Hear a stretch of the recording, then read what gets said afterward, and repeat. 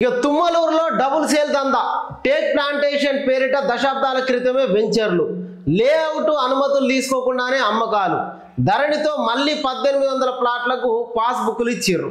మరోసారి వాటిని విక్రయిస్తున్న పాత యజమానులు అక్రమార్కులకు సహకరిస్తున్న రెవెన్యూ అధికారులు ఈ భూములు ఎప్పుడో అమ్ముకున్నారు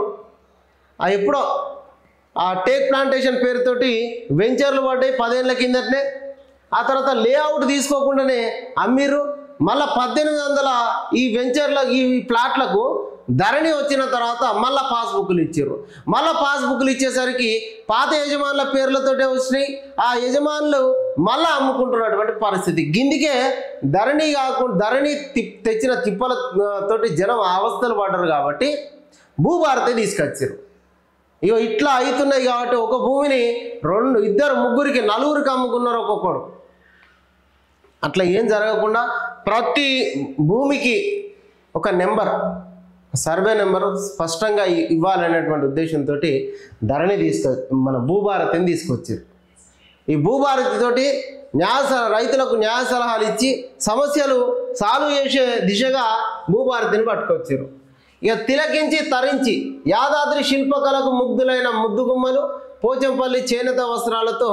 ర్యాంప్ వాక్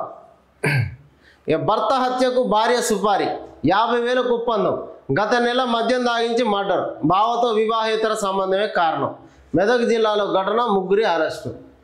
ఎక్కువైపోయినవి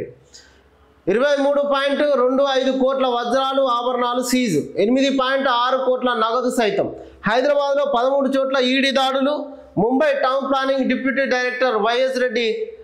ఆస్తులపైన సోదాలు భారీగా అవినీతికి పాల్పడినట్లు నిర్ధారణ ఇక కుక్కలా పరిగెత్తుకొచ్చిన పాక్ ఆపరేషన్ సింధూర్లో భారత్ విజయం ఓడిపోయిన వాస్తవాన్ని పాక్ దాచలేకపోతుంది ప్రతి విషయంలో క్రెడిట్ కొట్టేయడం ట్రంప్కు అలవాటే పెంటగాన్ మాజీ ఆఫీసర్ మైకేల్ రూబిన్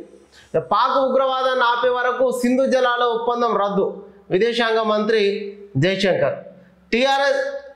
టీఆర్ఎఫ్ను ఐరాస ఉగ్ర సంస్థగా ప్రకటించాలి యుఎన్కు భారత్ విజ్ఞప్తి పాక్ అణ్వాయుధాలను IAEA పర్యవేక్షణలోకి తీసుకోవాలి కేంద్ర మంత్రి రాజ్నాథ్ సింగ్